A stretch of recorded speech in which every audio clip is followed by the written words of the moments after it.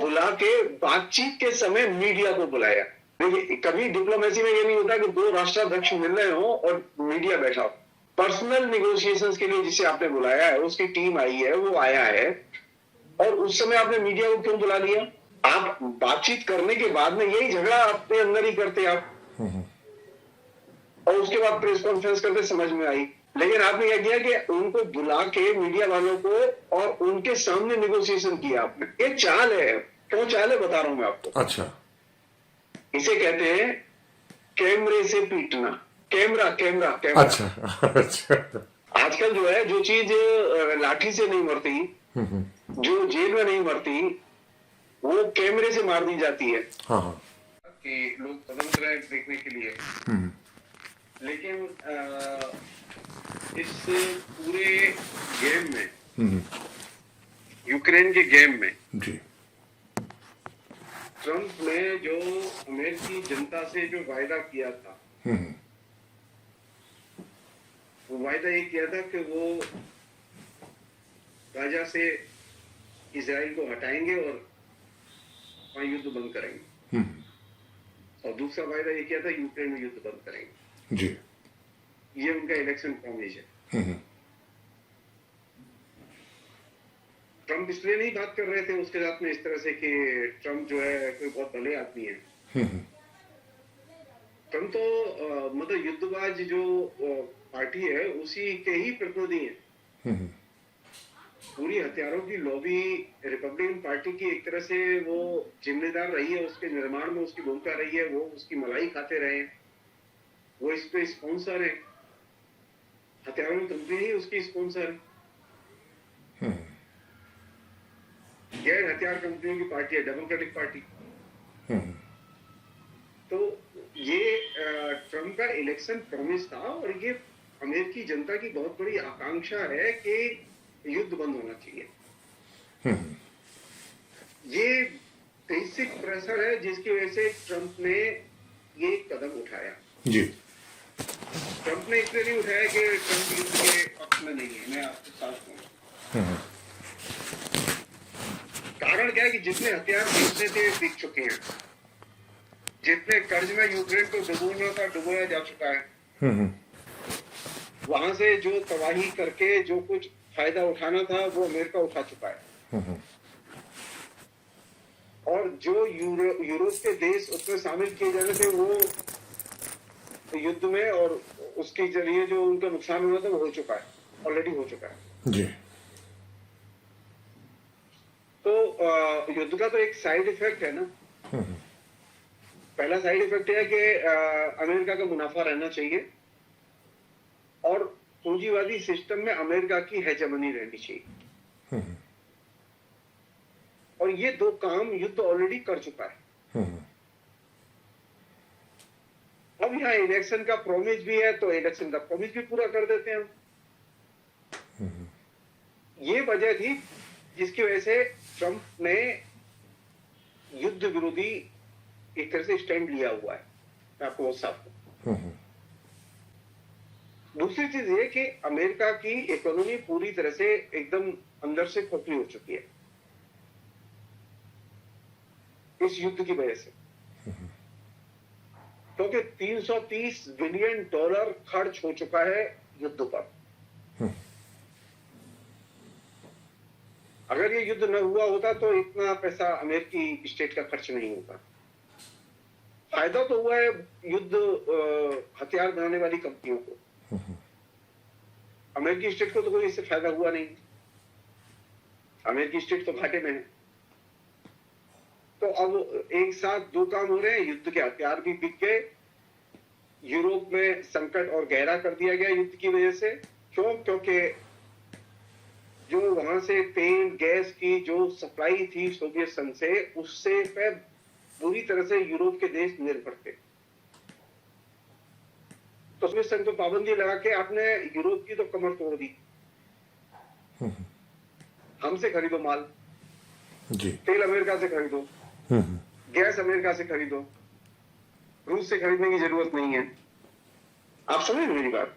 जी। तो American economy को इससे जो चीज हासिल करनी थी वो थी कि यूरोप को इकोनॉमिकली कंगाल करना, और इस एजेंडे में अमेरिका ऑलरेडी कई कदम आगे जा चुका है। तो अब ये एक तरह से जैसे कहते हैं ना कि हमारे यहाँ बहुत सारे वायदे होते हैं ना, तो वहाँ युद्ध बंद करने का भी एक खोखला वायदा है। वो युद्ध बंद करने के लिए उन्होंने डिक्टेट कर दिया कि हम चाहते हैं कि वहाँ युद्ध बंद होना चाहिए। ये हस्तक्षेप करना चाहिए कि पहले अपना चुनाव कराइए, वो साल भर हो चुका है, वो आपने नहीं किया। और बुला के बातचीत के समय मीडिया को बुलाया। देखिए, कभी डिप्लोमेसी में ये नहीं होता कि दो राष्ट्राध्यक्ष मिल रहे हो और मीडिया बैठा हो। पर्सनल निगोशिएशंस के लिए जिसे आपने बुलाया है, उसकी टीम आई है, वो आया है, और उस समय आपने मीडिया को क्यों बुला लिया? आप बातचीत करने के बाद में यही झगड़ा अपने अंदर ही करते आप, और उसके बाद प्रेस कॉन्फ्रेंस करके समझ में आई। लेकिन आपने क्या किया कि उनको बुला के मीडिया वालों को और उनके सामने निगोशिएशन किया आपने। ये चाल है। क्यों चाल है बता रहा हूं मैं आपको। अच्छा, इसे कहते हैं कैमरे से पीटना। Camera camera camera. अच्छा अच्छा। आजकल जो है, जो चीज लाठी से नहीं मरती, जो जेल में नहीं मरती, वो कैमरे से मार दी जाती है। हाँ हाँ। तो आपने क्या किया, कैमरे लगवा दिए, लाइव टेलीकास्ट हो रहा है, और पत्रकारों को इशारा दे दिया गया है कि जो इच्छा हो पूछ लेना। भाई, आप दो लोग निगोशिएशन करते हैं तो उसके बाद में बताते हैं कि आपने क्या बातचीत की, उसके बाद में सवाल आप ओपन करते हैं। आपने हजारों प्रेस कॉन्फ्रेंस अटेंड की है, लेकिन यहां तो कोई निगोशिएशन हुआ ही नहीं। यहां तो सीधे निगोशिएशन के लिए बैठे और मीडिया अंदर। और सवाल क्या था?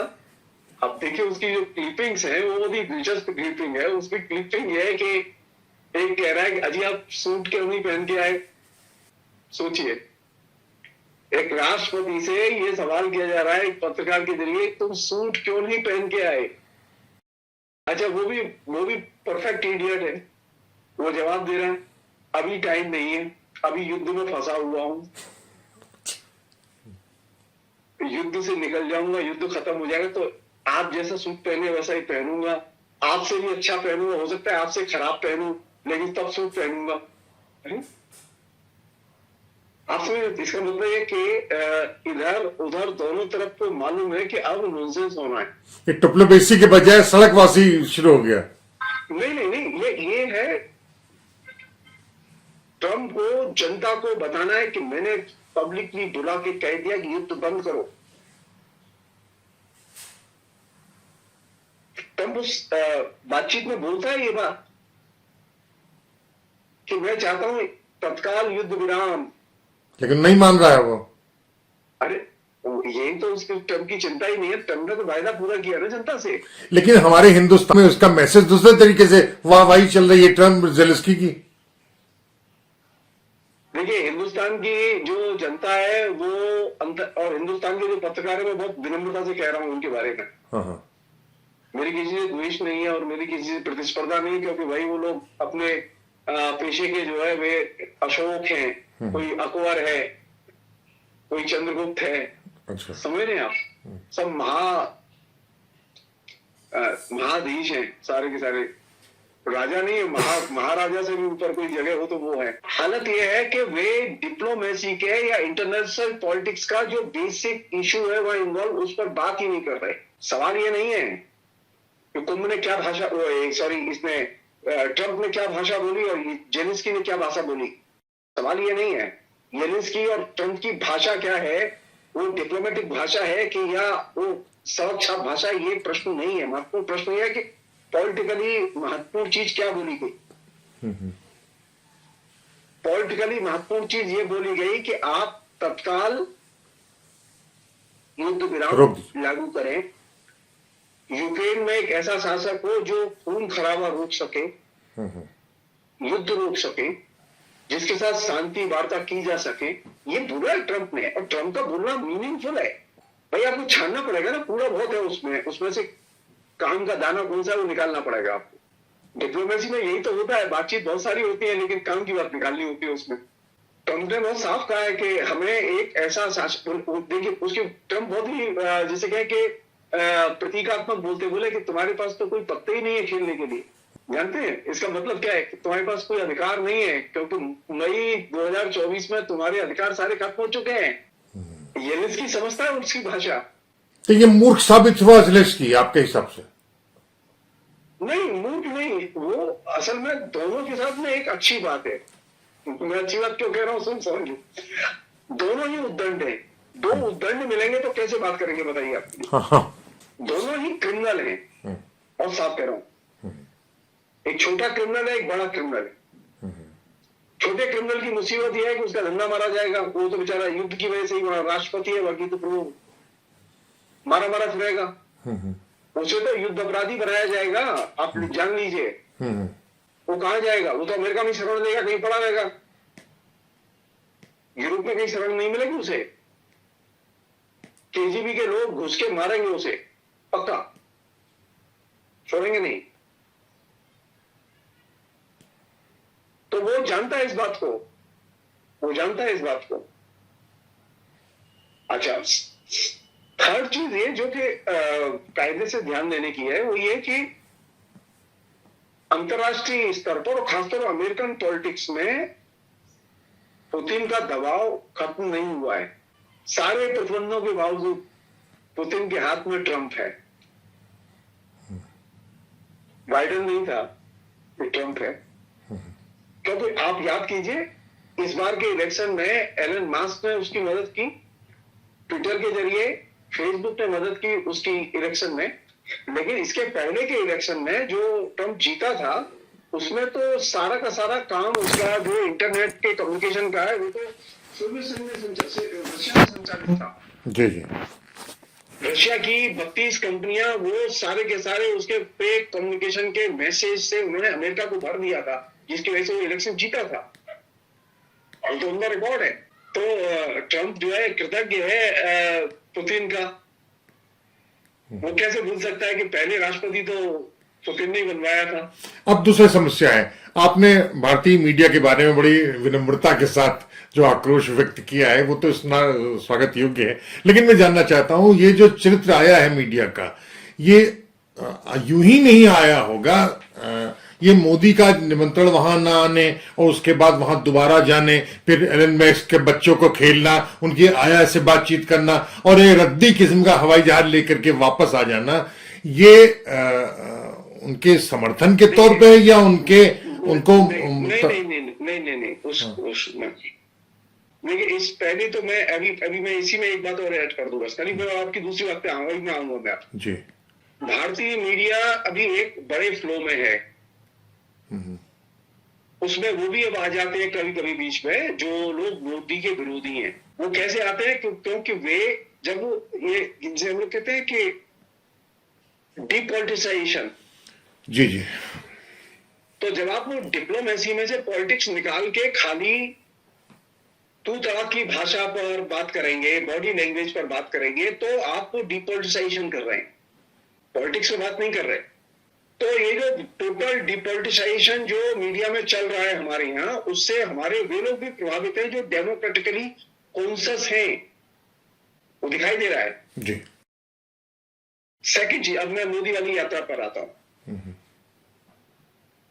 मोदी ने और ट्रंप ने जो प्रेस कॉन्फ्रेंस की, उसमें ट्रंप की लैंग्वेज वही थी जो उसकी अभी जेलेंस्की के साथ है। वो बड़ी हेकड़ी के साथ खड़ा हुआ था, उसने बड़ी हेकड़ी के साथ मोदी के साथ में व्यवहार किया। क्यों किया? आपने कभी सोचा इस बात पर? मैंने पार्लियामेंट के इलेक्शन के पहले ये बात लिखी थी, मेरी बात किसी ने ध्यान नहीं दी। अब मेरे पास प्रमाण है, और प्रमाण किसी और ने नहीं, ट्रंप ने खुद दिया है। हम लगातार ये कह रहे हैं लोगों से कि यहाँ पर बीजेपी के पास में अमेरिका से पैसा आ रहा है डायरेक्ट। अब तो ट्रंप कह रहा है कि हाँ, हमने पैसा दिया यूएसए फंड के जरिए, और ये सरकारी पैसा है जो बीजेपी की तरफ आया है, रिपब्लिकन पार्टी की तरफ से नहीं आया वो पैसा, वो डेमोक्रेटिक पार्टी की तरफ से नहीं आई, जान लीजिए आप। मैं वो साफ तौर पर कह रहा हूँ आपकी बात। जी जी। तो ये जो पैसा करीब 130 करोड़ रुपए घूस आना, ये कोई साधारण बात नहीं है। जब उन्होंने 130 करोड़ दिए, ये कब आए? बाइडन के जमाने से आए। बाइडन थे ना, ट्रंप ने तो आके एक्सपोज किया कि जी पैसा गया है यहां से। क्यों? क्योंकि यूएस एड फंड्स के जरिए जो एजेंसी काम कर रही थी, उस एजेंसी के काम को उसने रोका है और कहा कि हम पैसा नहीं देंगे। आप समझ मेरी बात? तब ये बात खुली है कि भाई यहां तो कहां पैसा लगा वो?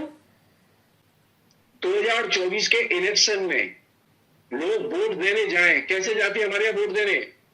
बोतल, साड़ी, बिस्किट, कंबल, रजाई, जो कुछ बांट सको दो।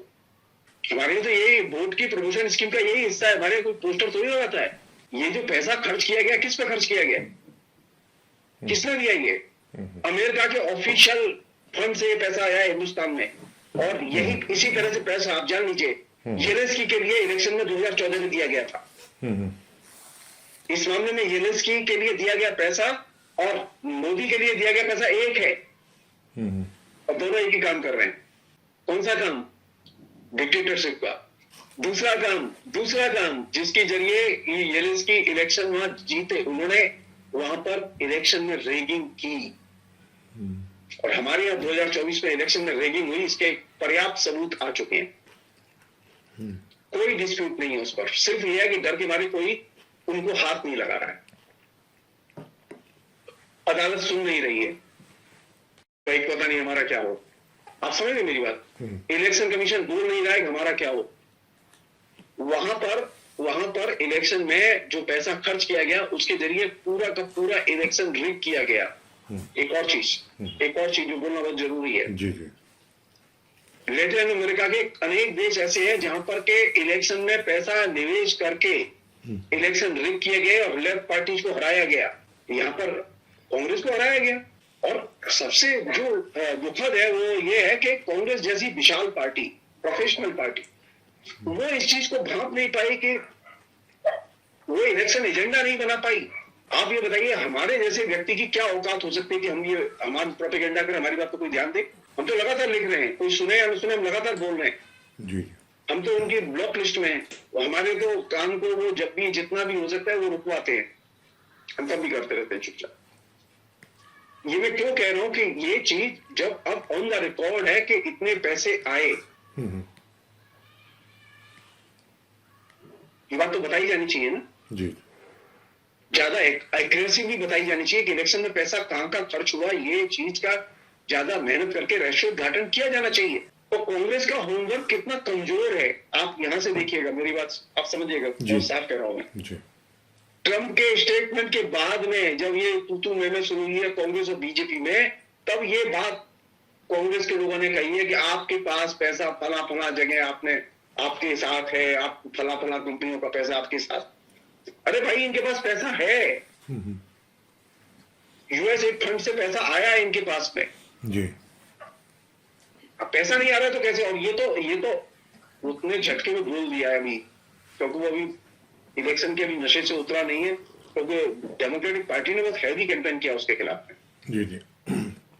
तो वो बोल रहा है बेचारा, अगर उसका रिकॉर्ड उठाया जाएगा यूएस एड फंड का तो उसमें लंबी लिस्ट निकलेगी। 3 सवाल है मेरे पास। एक सवाल तो यह है कि मोदी को शपथ ग्रहण में क्यों नहीं बुलाया ट्रंप ने। दूसरा सवाल यह है कि जेलेंस्की के ऐसी की तैसी हो जाने जिसकी आशंका आपने बता दी कि भविष्य उनका क्या होने वाला है, ऐसी स्थिति में पुतिन और ट्रंप दोनों की स्थिति क्या बनती है, ऑब्वियसली मोदी जैसे चरित्र को लेकर के भी। और तीसरी बात, देखिए तीसरा प्रश्न है कि इस पूरी घटना के बाद जिस तरीके से देखा जा रहा है, क्या राष्ट्र जो छोटे छोटे देश हैं, राष्ट्र हैं, वो अलग तरीके से अपने आप ने मन मर्जी के तौर पर के तौर पर व्यवहार करेंगे या एकजुट तरीके से काम करेंगे? नहीं, देखिए मैं लास्ट क्वेश्चन से शुरू करता हूं जी। ट्रंप के सत्ता में आने का एक बड़ा परिणाम ये निकलेगा कि नेशन स्टेट पूरी दुनिया में डिस्टर्ब हो गया। यस। तो कॉमनवेल्थ और ये जितने संयुक्त राष्ट्र सब खत्म। कॉमनवेल्थ तो छोटी चीज है, जो हर देश की जो संप्रभुता वो इससे प्रभावित होगी और डिस्टर्ब होगी। मतलब राष्ट्र से हम देश के टुकड़े में बंटने शुरू हो जाएंगे। नहीं नहीं, टुकड़े होंगे कि नहीं होंगे हम नहीं जानते, लेकिन संप्रभुता आपकी प्रभावित होगी। हाँ, सुन लीजिए, अधिकांश राष्ट्रों में होगा, हैं? अधिकांश राष्ट्रों में होगा। जी, अच्छा, शुरुआत कहां से होगी? कहीं कोई भी आए, अब शुरुआत तो भारत से हो चुकी है उसकी। क्यों? क्योंकि उसने आते ही सबसे पहले डील साइन किसके साथ की, आपने ध्यान दिया? मोदी जी को बुलाया उसने, ट्रंप ने जबरदस्ती साइन कराए हथियार के सौदे पर, जबरदस्ती साइन कराए एआई के सौदे पर। एआई का कॉन्ट्रैक्ट अगर सचमुच में ईमानदारी से इंप्लीमेंट कर दिया जाता है तो उसका परिणाम जानते हैं क्या निकलेगा? लार्ज स्केल पर जो इंजीनियरिंग कॉलेजों से निकलने वाले यंग छात्र हैं वे अब कंपनियों से निकाल दिए जाएंगे। कंपनियों में काम क्या है फिर, जब ये जो कृत्रिम बुद्धि ही काम कर लेगी सारे को। जी बिल्कुल। नरेंद्र मोदी जिस चीज को बड़े बढ़ चढ़ के कह रहे हैं कि हमारे यहाँ एआई, वो जानते हैं एआई का मतलब क्या है? ये तमाम जितने पत्रकार हैं जो एआई की आरती उतार रहे हैं और तमाम उसकी प्रशंसा कर रहे हैं, उसका मीनिंग समझते हैं? उसका मीनिंग क्या है? सही बात है कि मिडिल क्लास, मुझे अर्थ तो उसका पता है, लेकिन उसका क्या दुष्परिणाम होगा इसका एहसास मुझे भी नहीं है। सुन लीजिए एक सेकंड जी। इसका जो सबसे बड़ा दुष्परिणाम होगा कि एक मिडिल क्लास जो इंजीनियरिंग की वजह से इन तमाम किस्म के इंजीनियरिंग कॉलेजों से उनके यंग लड़के पढ़ के निकलते हैं, जो कमा के देते हैं, मिडिल क्लास कंगाल क्लास में तब्दील हो जाएगा। आप जान लीजिए इसे। जी। ये जो अभी 85 करोड़ राशन बट रहा है ना, जी जी, ये 85 करोड़ का राशन अभी और बढ़ेगा, आप घबराइए मत। अरे वो अभी और बढ़ेगा, अभी और बढ़ेगा, क्योंकि अभी तो सेंसस की रिपोर्ट नहीं आई है हमारे पास, सेंसस नहीं है हमारे पास। जी जी, आपकी आबादी कम से कम 15 करोड़ लोगों की बढ़ चुकी है। जी बिल्कुल। आप मैं जो प्रॉब्लम है वो ये है कि आप ये जो आपने किसी से डिस्कस नहीं किया, आप किसी से सलाह नहीं करते, आपने कभी साइंटिस्टों को बैठ के बात नहीं की। आप वर्ल्ड साइंस कांग्रेस जो हमारे यहाँ एनुअल इवेंट था वो आपने पोस्टपोन कर दिया, 2 साल से हो नहीं रहा है। साइंटिस्ट डिस्कस नहीं कर रहे हैं, साइंस की कॉन्फ्रेंस के लिए, सेमिनार्स के लिए आप पैसे नहीं देते, और आप एआई पर इतना बड़ा पॉलिसी डिसीजन ले लेंगे और वो ट्रंप की बंदूक की नोक पर साइन कराए उसने। दूसरा साइन जो उसने कराया वो हथियारों के सौदे पर साइन कराए, जान लीजिए आप। जी जी, बताइए, अचानक out of the blue Trump ने अभी शपथ ली है, उसके थोड़े दिन बाद ही वो एक राष्ट्राध्यक्ष को फोन करता है कि तुम तत्काल चले आओ, और राष्ट्राध्यक्ष भेड़ की तरह जाता है और चुपचाप साइन करके चला आता है। क्या है ये? इसे कहते हैं नेशन स्टेट को ठहंगे पर रखना। आपने अभी तक जितने हथियार के सौदे किए हैं, XYZ, विमान के, उड़ाकू विमान के, जगुआर के, अब जो ये सुपर विमान के, ये सारे विमान अगले 5 साल बाद आएंगे, 7 साल बाद आएंगे। कोई अभी आने वाला नहीं है, पैसे अभी जाएंगे, क्योंकि हथियार की डील का एक पहला मंत्र है, समझ लीजिए आप। जी जी, वो जो पैसा अमेरिका से आया था ना चंदे में बीजेपी के लिए, जी जी, वो इसलिए नहीं आया था कि आप पोस्टर लगाएंगे, मोबिलाइज करेंगे, कंबल बांटेंगे और आप जीत के प्रधानमंत्री हो जाएंगे। वो इसलिए आया था, आते ही हथियार की कंपनियों ने पैसा दिया है, वो कंपनियां पैसा चाहिए उनको। अब डील पे साइन करके आए ना, ये बता नहीं रहे कितने करोड़ की डील है। हथियार की डील की विशेषता यह है कि जिस समय डील साइन हो जाती है, पेमेंट पहले जाता है, सप्लाई 3 साल 4 साल 5 साल बाद आती है। तो जो उसने बुलाया था वो इसलिए नहीं बुलाया था कि आप बहुत महान नेता हैं, आपकी आरती उतारनी है, उसे फोटो खिंचवाना है आपके साथ में। जी नहीं, वो जो आपको पैसा दिया गया उसका रिटर्न चाहिए, और रिटर्न हथियारों की खरीद के जरिए। डॉक्टर साहब, इसके साथ एक चीज और, जैसे आपने कहा कि सामरिक जो जहाज का मामला है और सामरिकता संप्रभुता का प्रश्न है, वो वहां से आ रहा है, और नेताओं के तौर पर स्थायी घर पे अगर देखा जाए तो हिंदू मुसलमान की एक भयावह खाई पैदा हो गई है। क्या वो भी बहुत संप्रभुता का खतरा है के तौर पर है? नहीं, बस वो येलेंस्की के मॉडल को समझ लीजिए आप खाली। जी, महान ओबामा ने येलेंस्की को प्रमोट करने में सारी एनर्जी लगाई थी, जान लीजिए। और ओबामा नोबेल प्राइज लेके गए तो ट्रंप नोबेल प्राइज लेगा, आप लिख लीजिए इसे, मैं कह चुका हूं कई बार। येलेंस्की को जो फंड दिया गया अमेरिका की तरफ से और जो प्रमोट किया गया, येलेंस्की ने पहला काम यह किया कि वहां रशियंस पर हमले किए, यूक्रेन में, जैसे यहां मुसलमानों पर हमले हो रहे हैं। अमेरिका का जहां भी पैसा गया उसने जाति लड़ाइयां, जाति नफरत, उसको हमेशा बढ़ावा दिया है। ये सारी दुनिया का एक्सपीरियंस है। अमेरिका पैसा इसलिए नहीं देता कि आप कुंभ में नहाएं, आप जान लीजिए इसे। एड कैंपेन उसका एक बहुत महत्वपूर्ण एलिमेंट है। जेलेंस्की ने बड़ी आबादी जो रशियंस की जो यूक्रेन में रह रही थी उस पर लगातार हमले किए और उनको हजारों लोग मारे गए उनके। रशिया ने जो हमला करके बदला लिया उसका बड़ा कारण वही था। और ये सारे इलाके जहां रशियंस ज्यादा थे, बहुसंख्यक थे, उन सारे इलाकों को उसने अब अपने दायरे में ले लिया है। अब वहां वो यूक्रेन का दावा स्वीकार करने के लिए तैयार नहीं है।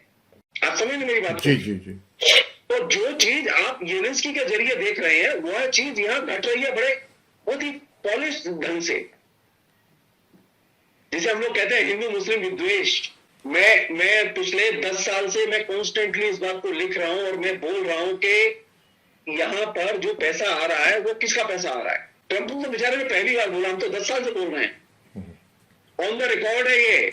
आप उठा के देखिए आरएसएस को आने वाले फंड को, जो तमाम ऑर्गेनाइजेशंस के लिए फंड आ रहा है वो किसके लिए फंड आ रहा है और कौन फंड दे रहा है? कौन सी कंपनियां फंड दे रही हैं? बहुराष्ट्रीय कंपनियां फंड दे रही हैं। क्यों फंड दे रही हैं? शिक्षा के लिए फंड दे रही है, वो संस्कृति के लिए फंड दे रहे हैं? नहीं, एड कैंपेन के लिए फंड दे रही है वो। अब आप देखिए जहां जहां इनका संगठन पैर फैलाता है, वर्चस्व स्थापित होता है, वहां खून खराबा। अब पूरा नॉर्थ ईस्ट चल रहा है। कौन है टारगेट पर? नॉर्थ ईस्ट में सारे के सारे ईसाई टारगेट पर हैं। सारे चर्च जलाए, 300 से अधिक चर्च जलाए गए हैं मणिपुर में। किस बात पर हमले हो रहे हैं? कश्मीर में किस बात पर हमले हुए? मुसलमान थे ना। कश्मीर की अगर जनता हिंदू होती सारी, आप क्या सोच रहे? 370 हटाई जाती? कभी नहीं हटाई जाती। 370 के जरिए जितने प्रावधान थे आप जान लीजिए इसे, उसमें से अधिकतर प्रावधान आज भी नॉर्थ ईस्ट के राज्यों में लागू है। और अब रिसेंटली अभी उत्तराखंड में लागू किया गया है। उत्तराखंड के 7 डिस्ट्रिक्ट में यह प्रावधान लागू किया गया है कि वहां पर कोई भी बाहरी व्यक्ति जमीन नहीं खरीद सकता। वाह, कमाल है। वहां 370 के तहत कश्मीर में यह प्रावधान लागू था और आपने 370 के तहत यह प्रावधान हटा दिया। अब कश्मीर में हर आदमी जमीन खरीद सकता है। नागालैंड में खरीद करके दिखाएं। नागालैंड में नियम नहीं है। पूरे 7 सिस्टर्स में कहीं नहीं ले सकते। जी जी जी। क्यों? बल्कि इवन अरुणाचल में जा नहीं सकते आप। जी जी। मैं क्यों ये बात कह रहा हूं? मैं ये बात इसलिए कह रहा हूं कि आप तो उन्हीं राज्यों में ज्यादा डिस्टर्ब कर रहे हैं जो राज्य गैर हिंदू राज्य है। बहुत साफ कह रहा हूं। उत्तर प्रदेश में अगर ये नियम लागू हो जाए, 370 उत्तर प्रदेश में लागू होती है तो 370 खत्म करते हैं। ये होता है कभी तो उत्तर प्रदेश का नाम नक्शे से मिटा दिया जाए, उसे केंद्र शासित 4 राज्यों में विभाजित कर दिया जाए। संभव था? मुसलमान रहते हैं ना कश्मीर में, लद्दाख में गैर मुसलमान रहते हैं, बौद्ध रहते हैं या मुसलमान रहते हैं, बेचारे हिंदू तो रहते नहीं है। अब आप यहां से सोचिए, मतलब मैं क्यों इस बात को, अब आपने इतना महान कार्य किया, जनता ने आपको वोट नहीं दिया। वहां क्यों नहीं दिया वोट? आपने बहुत महान कार्य किया था अयोध्या में, लेकिन आपको अयोध्या की जनता ने लोकसभा में वोट नहीं दिया। क्यों नहीं दिया? आज फेयर इलेक्शन हो जाए, आप जान लीजिए मणिपुर में इतनी आग लगी, इतनी तबाही मची, 20 साल में पहली बार कांग्रेस दोबारा लौट आई, पार्लियामेंट का इलेक्शन जीत गई, दोनों सीटें जीती कांग्रेस। ये चीज समझने की है। ये चीज एकदम ये वो ग्रैंड डिजाइन है।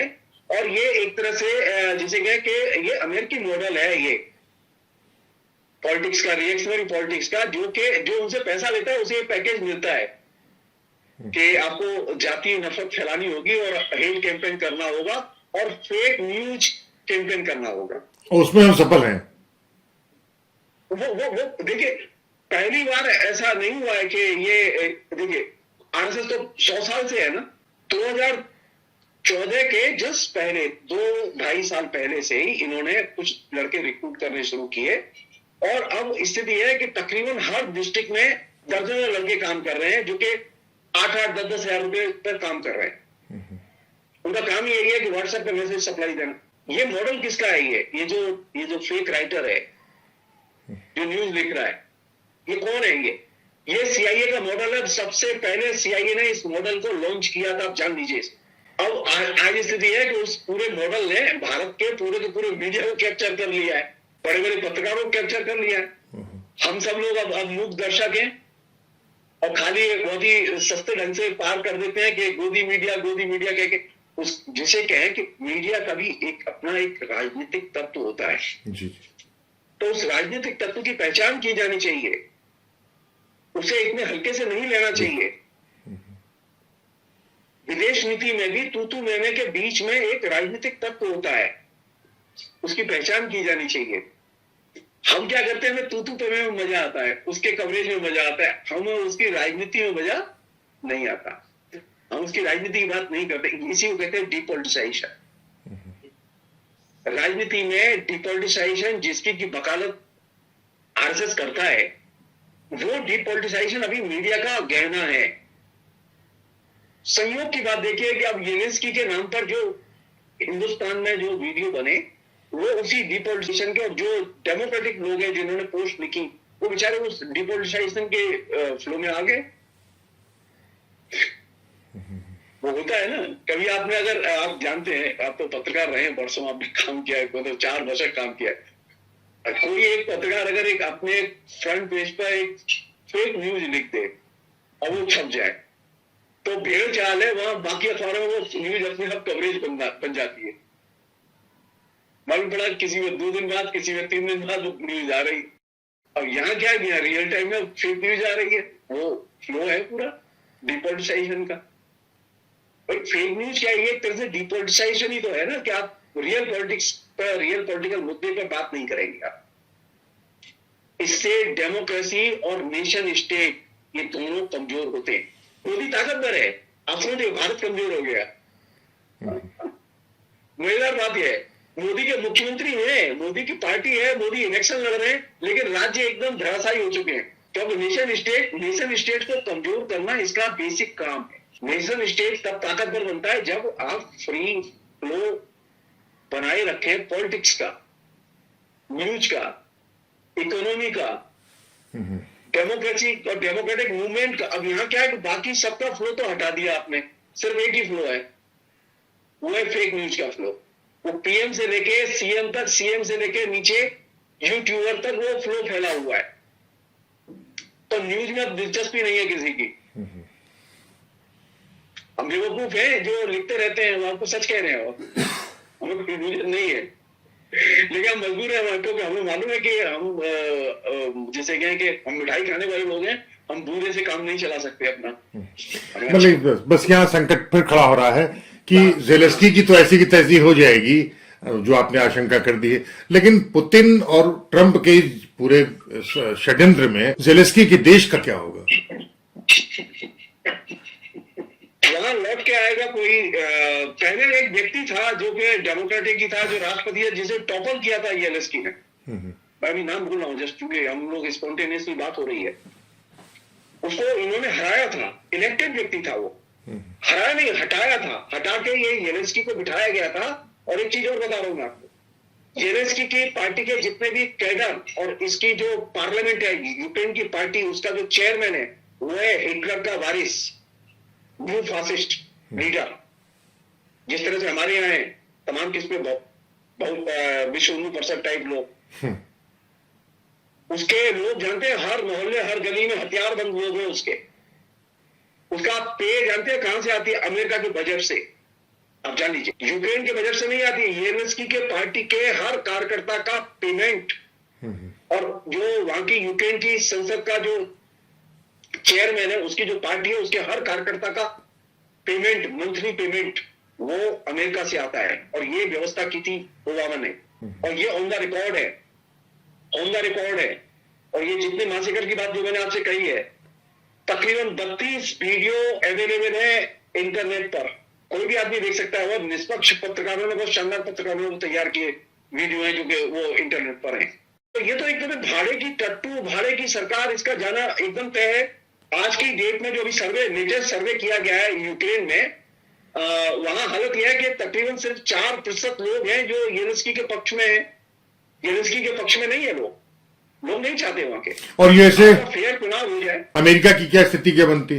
अमेरिका के लिए कोई नुकसान का सौदा नहीं है, वो तो जितना वसूली थी वो वसूली कर चुके हैं। सार्वभौमिकता की बात कर रहा हूं। अरे सार्वभौमिकता, सार्वभौमिकता से उनको कोई लेना देना नहीं, उनका एक ही लक्ष्य है कि देश को नष्ट करो। नहीं, पूरे बारे विश्व को वो अगर सार्वभौमिकता पर खतरे पे ला खड़ा कर देंगे तो उनके ऊपर भी तो चोट लगेगी।